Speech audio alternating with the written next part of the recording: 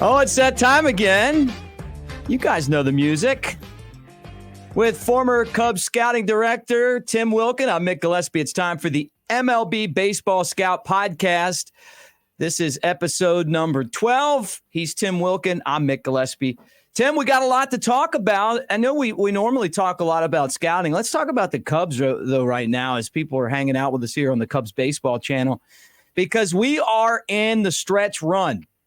And if the season ended today, the Cubs would be out. They'd lose the tiebreaker to Miami after being swept by your most current former team, and that's the Arizona Diamondbacks. You know these guys. I mean, you were there when they were developing, drafting and developing these guys. A young team, but the Diamondbacks, they've had the Cubs number this year.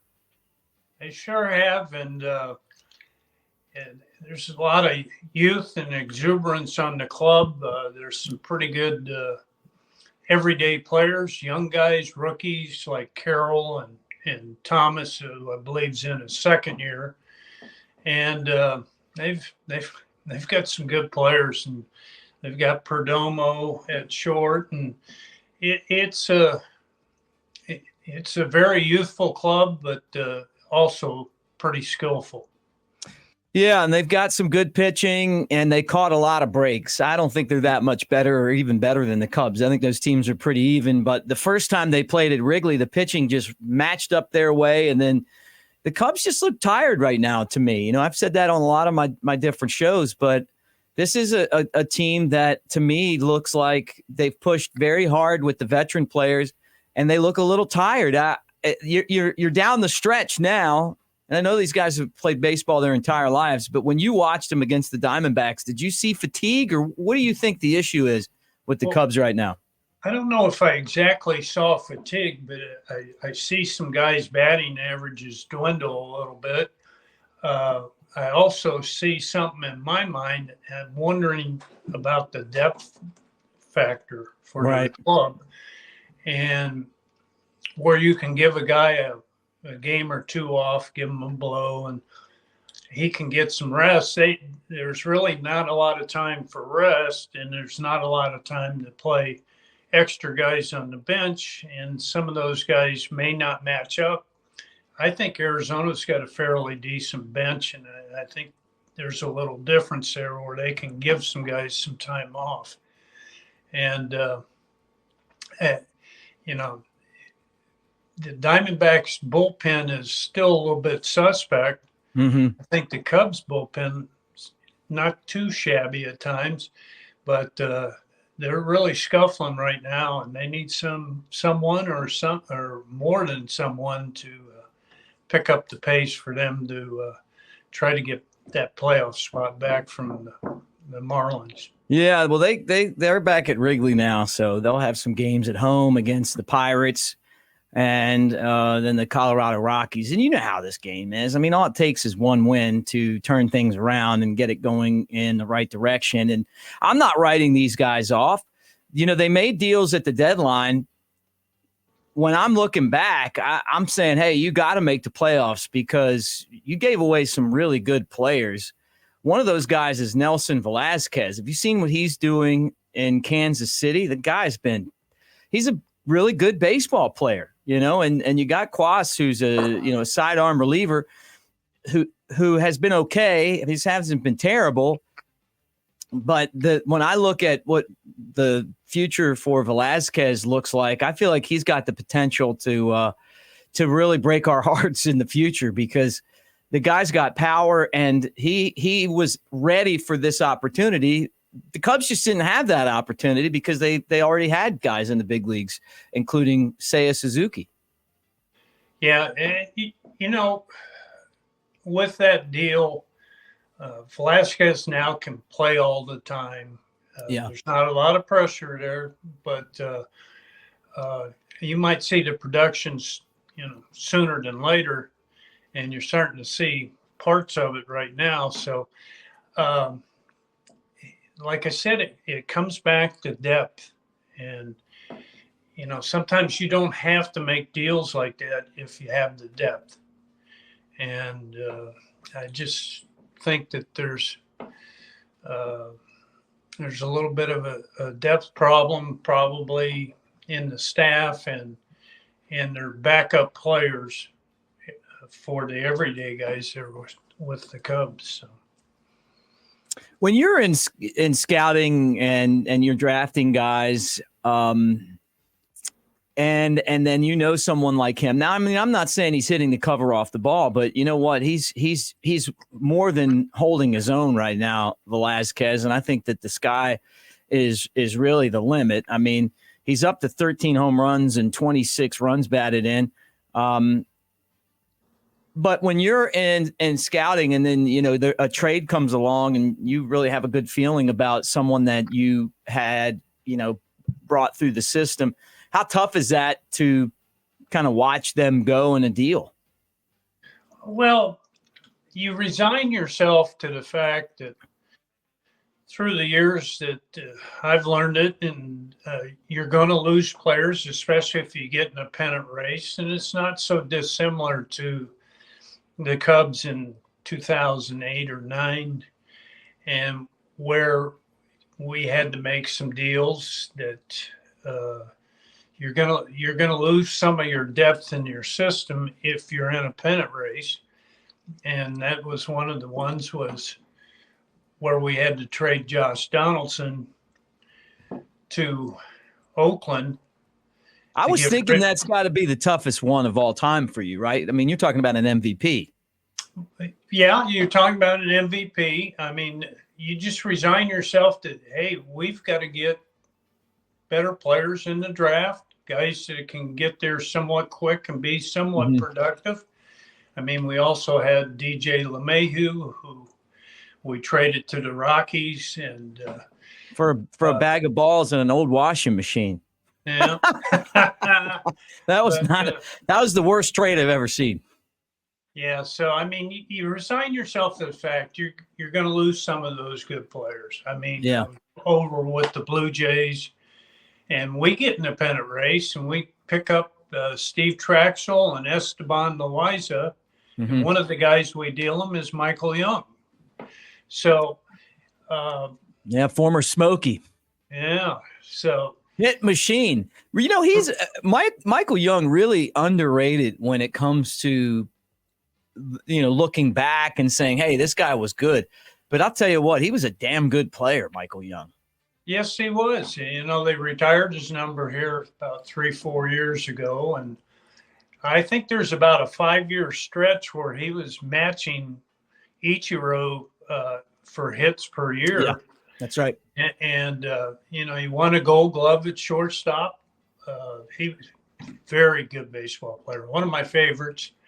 And same guy every day. But you just kind of resign yourself to the fact that if you're going to get in a pennant race, you're probably going to lose some prized possessions. Yeah. And look, it was hard for me watching these trades. DJ Hers, who they traded for Candelario, has become the pitcher that we thought he would become. You go look at what he's done in the minor league system for Washington. I mean, he's like locked in now, and you're going to see him. He's going to be a starting pitcher. I don't know the shortstop, and I hadn't seen him. He didn't get the Double-A.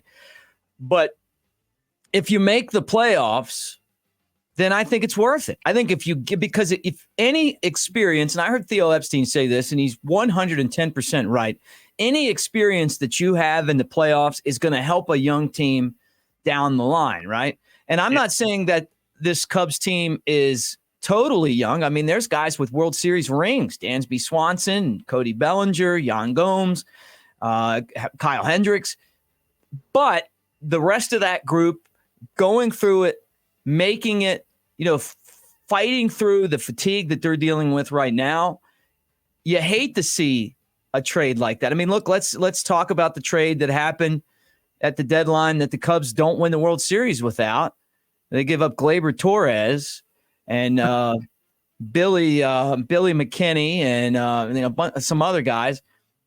Pretty good trade for the Yankees, and they get Aroldis Chapman for 1 year. But you know what? They don't win the World Series without Chapman. So you look back, and Torres has been an everyday player. McKinney kind of bouncing around, maybe not a big loss. But at the end of the day, you win it all. It's worth it. You get into the playoffs. It is worth it, right? Well, it's definitely it's worth it. It's a good building block, especially if you have enough talent through the next years that these players are going to play. So it's a good experience. But at the same time, you better have plenty of them or a fair amount of them for the following years. And it's a very, very fine line when you can trade and when you can't trade. Yeah, no doubt. And there's a lot of guys who get criticism that they didn't make deals at the trade deadline. And sometimes you'd say, okay, we see why this club did not do that and did not make those kind of deals, because possibly they didn't think they were quite there yet and still trying to build up talent in the organization to supplement the present players. Yeah, I was surprised at how teams valued guys like Jose Quaz, where you're giving up a really good player to get him. Because to me, I mean, he just seems like a mid-level, I guess just because there were so many teams that needed something, somehow. But I mean, he's not even a back-end guy. But it's not just the Cubs. I mean, this was throughout the entire major leagues. Like, you'd see these trades and you're going, man, they gave up a lot to get, a guy in the back that you're only going to have for a year that might not even be a star. And then the star players got a haul. I mean, that's just the way that this thing played out this year. Yeah. And it's a very fine line. And sometimes you got to hold back, and it takes someone better than I to do something like that. But, with what you brought up with Velazquez, I mean, 124 bats and he's got 13 home runs already. Yeah. He's going to hit. Look, it's going to come around. As a scouting director, does your GM ever come to you, or your team president, or, whoever you look is your boss, that you look to for whatever guidance you have, and say, hey, I want all the information you can get me on a certain guy or a couple of certain guys? And how does that work when you start to scout players for potential trades?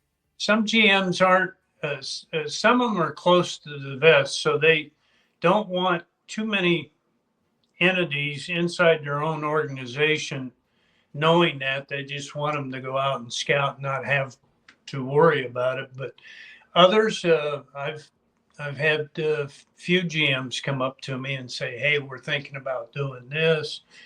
Pat Gillick was very good at that. Theo came up to me before the LeMahieu deal. So some will share, some won't, with their own scouts and their scouting director. And they just want you to go out and do your job. And hopefully you can build some value inside the organization for years to come. Yeah, no doubt about it. Well, the Cubs look tired, and I feel like part of it is that David Ross isn't really comfortable with his options outside of the players that have gotten them there. And he's said that also in some of the press conferences that, we're going to ride with the hand that got us there. And to me, that is another balancing act. You don't want to wear your guys out without the rest, but at the same time, I get it. I mean, you want to put your best 9 on the field. No doubt. And if you don't have that much go-to, it's a little tough. And like I said, guys could use a little extra break. And maybe it's showing its wares. Maybe Chicago turns it around today and tomorrow, and all of a sudden they're back in it, and the Marlins go on a little bit of a tailspin. Yeah. No one's good enough to pull away of this group, I don't think. No, it's I'm sure Vegas is having a lot of fun with this one. Do you like the new format? I mean, think about how many years in baseball it was really tough to make the playoffs. I mean, for a while it was 2 teams And Mhm. before that, it was just whoever won the league played the American League, right? In the regular season, you didn't have a Exactly. postseason unless two teams tied. And now it's opened up. I mean, 3 wild cards. It makes it to where there's a lot more excitement down the list of teams that maybe aren't as good as the upper pack, but the Cubs and the Marlins and the Giants and the Reds and the Diamondbacks. They're all in there trying to fight for 2 spots, and it's been pretty fun to watch. And as you've heard many analysts say, you get there and you get on a run and you hit it just right, and then all of a sudden you're possibly playing for the divisional championship and then also the National or American League championship to get to the World Series. And I'm sure that's what makes it exciting for a lot of those teams that can kind of tease and show the public that they're they're very capable of winning a short series and then turning around. But in a lot of cases, that depth or lack thereof will show up. Yeah, right. Well, the tough thing you have is you're pushing so hard to just make it, and then when you make it, you got to get in there and win. So it's yeah. I mean, like that adds another dimension to it. But we'll see. I mean, the Cubs have been playing games that matter since the trade deadline. So this is obviously 6 games that really matter at home. And you got to win the first one to even worry about the second one, to worry about the third one. And so hopefully they'll end the 5-game losing streak and get back on track again. And we'll be watching. We did get to see Pete Crow Armstrong, I call him Hollywood Pete, get to the big leagues. He made a couple of great defensive plays. Hasn't gotten a hit yet. Really looks to me like he's pushing a little bit. I'm sure that mentally it's really difficult to just, as a young player, get put right in the middle of a pennant race with a team that is as serious as the Cubs are. And I've heard people tell me that this is a real serious bunch. Like they're not messing around, like they're focused. Cody Bellinger kind of leads that charge, but Dansby Swanson and Nico and all these guys really want to win. Not to say that other teams don't, but if you remember when the Cubs in 2015 and 16 started winning, it was with a lot of young players, and Joe Madden's objective was to keep a very loose clubhouse. It maybe got a little too loose towards the end, but when those guys were coming up and they got to the big leagues, I think it was the really the perfect environment for success. So I wonder what the clubhouse is like for the Cubs. And, you mentioned now that they're losing, how difficult would it be for him or Canario or whoever, that would come up and help Wicks, Ben Brown, if he gets an opportunity, which could happen, to feel comfortable enough to go in there and play. Well, it's either the Madden way or it's the 9-to-5 way, which the Cubs seem to. It's kind of the demeanor that's given off that they're the solid blue-collar 9-to-5 type players, and there doesn't seem to be a character in that group that guys can kind of cling on to and kind of lose that tension that can sometimes build when you lose 5 in a row. Right. Like Greg Maddux, like Ryan Sandberg, two very different jokesters, but very jokesterish, those two. Yeah, kept everyone loose. So. Yeah, and that's part of it too. Fine, very fine. It's not like they haven't played hard. The game on Saturday to me was the toughest because they could have had it won and they didn't. And they ended up losing in 13 innings, and they had the lead but couldn't put it away. And you get a guy at second base and all those extra innings. Yeah, it was amazing that the game got to 13 innings. I thought. Yeah. What do you think about the new rule where you start with a guy at second? I think it helps finish the game quicker than in some situations. I know we've had a 13. I don't know if we've got the 15 innings yet, but it certainly ends the game quicker than in the past. And I think possibly it was done with just not having to use so many relievers. But we also get to that situation where guys have to come in and face 3 hitters. So Right.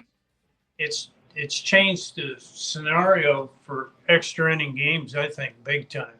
And Yeah. My biggest qualm with all the new rules is that 3 hitter limit, because I think that eliminates there's some pretty good lefty specialists through the years that pitched 10, 12, 15 years on just getting left-handers out and then getting them out of there before they had to face the right-hander. And now that kind of changes. And that would be one for me, and I don't get the vote, but I would definitely consider changing it back or some other amendment to it. Right. Maybe switching it back up. One thing that I've noticed as far as development goes, players are being drafted. Matt Shaw, great example, in college this year, shortstop for Maryland, and he's already in Double-A. You would have never seen that in the past, even a college guy. And now it's everywhere. I mean, like the Angels had the guy that is in the big leagues after like 20 games in the minors. Nolan Sean-Newell, and he's Sean-Newell, yeah. And that's the exception to the rule. They also, the Angels, don't have a very good farm system, so it kind of shows you how bad their farm system is. But at the same time, it's crazy to see this how it's happening, because I feel like it's a skill game, and there's just no way that those guys are going to develop the skill that it would take to be great players at the big league level that fast. But maybe I'm wrong. I don't think you're wrong. I think some guys are going to sink and not swim as a result. You may lose that player as far as now he's mentally trying to, rebuild from that. Mm-hmm. And sometimes it's the next club or 2 clubs after that certain club that kind of propels that guy that way, because like you said with Armstrong, I don't think they're going to trade him anytime soon, but it's evident that not having a hit here, and he's probably seen a fair amount of these guys here recently, and their first at bats hitting home runs, and guys getting 3 and 4 hits a game for 3-4 games in a row that just started. And, it probably weighs on the mind quite a bit, especially Armstrong. Yeah. Well, eventually Hollywood Pete's going to do some good stuff. I mean, maybe there was a lot of pressure on him because they needed him to go up there and perform, and it's tough to do that. But we'll see him eventually do some fun stuff in the big leagues, and who knows? Maybe it's this homestand, maybe it's not.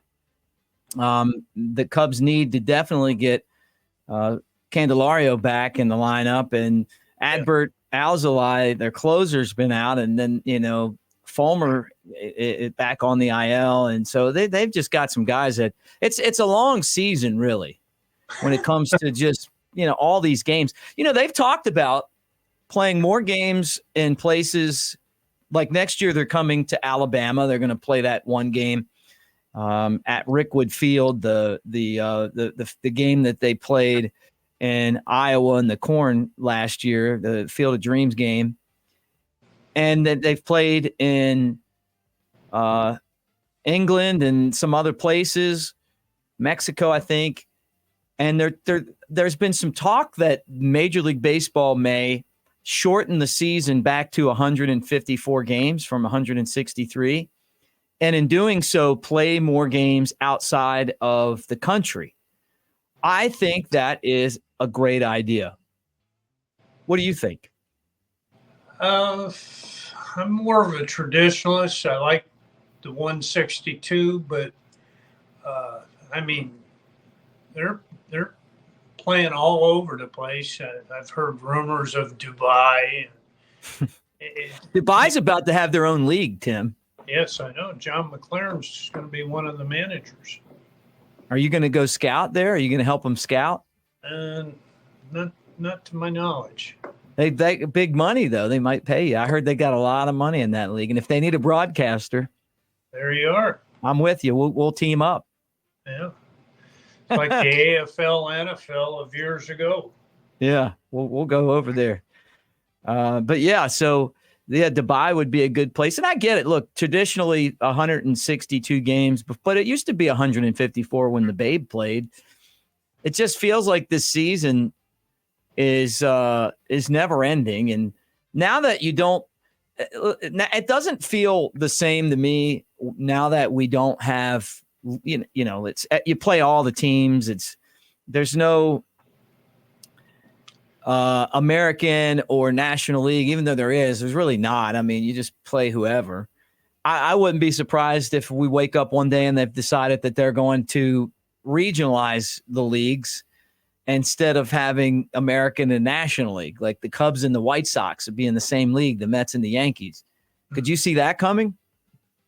Yeah, I think that could be a possibility. Regional baseball, and certainly would cut down on travel to some degree. Mm-hmm. And,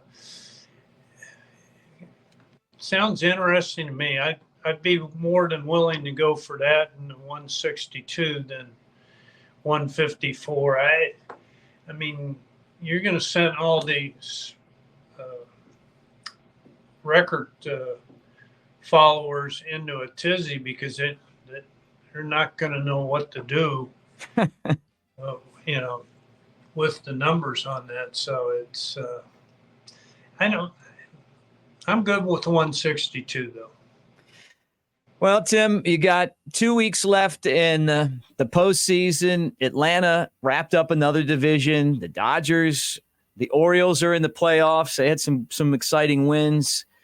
Who are you excited to see in the postseason? And as we go down the stretch, you think the Cubs are going to make it?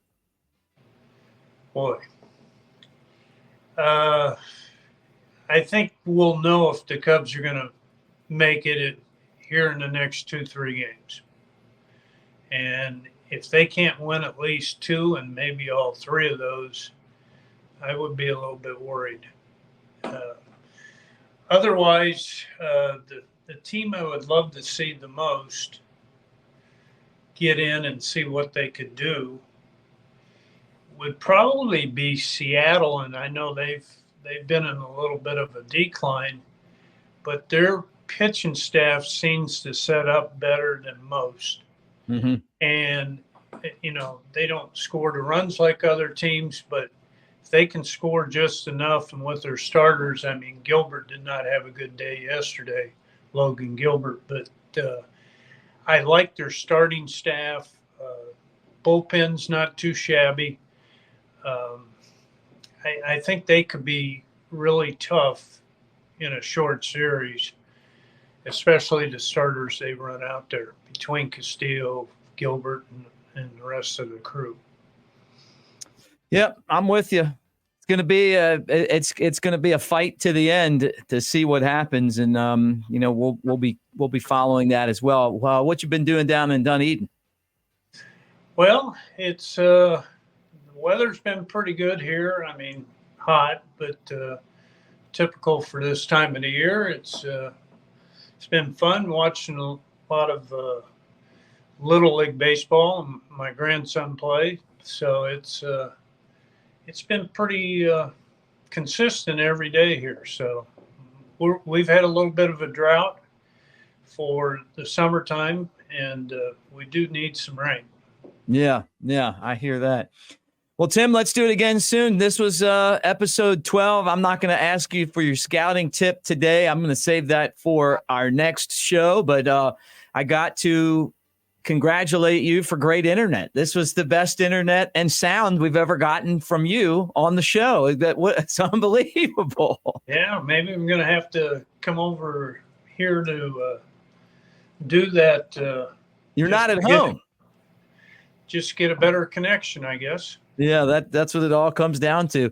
All right, for Tim Wilken, I'm Mick Gillispie. Thanks for hanging out with us, guys. This was the 12th edition of the MLB Baseball Scout podcast. Make sure that you like and subscribe and be part of our channel. We've been absolutely blown away by the reaction that you guys have had to this channel, and we're just going to keep on pumping content, and we hope that you'll enjoy it as well. Go Cubs.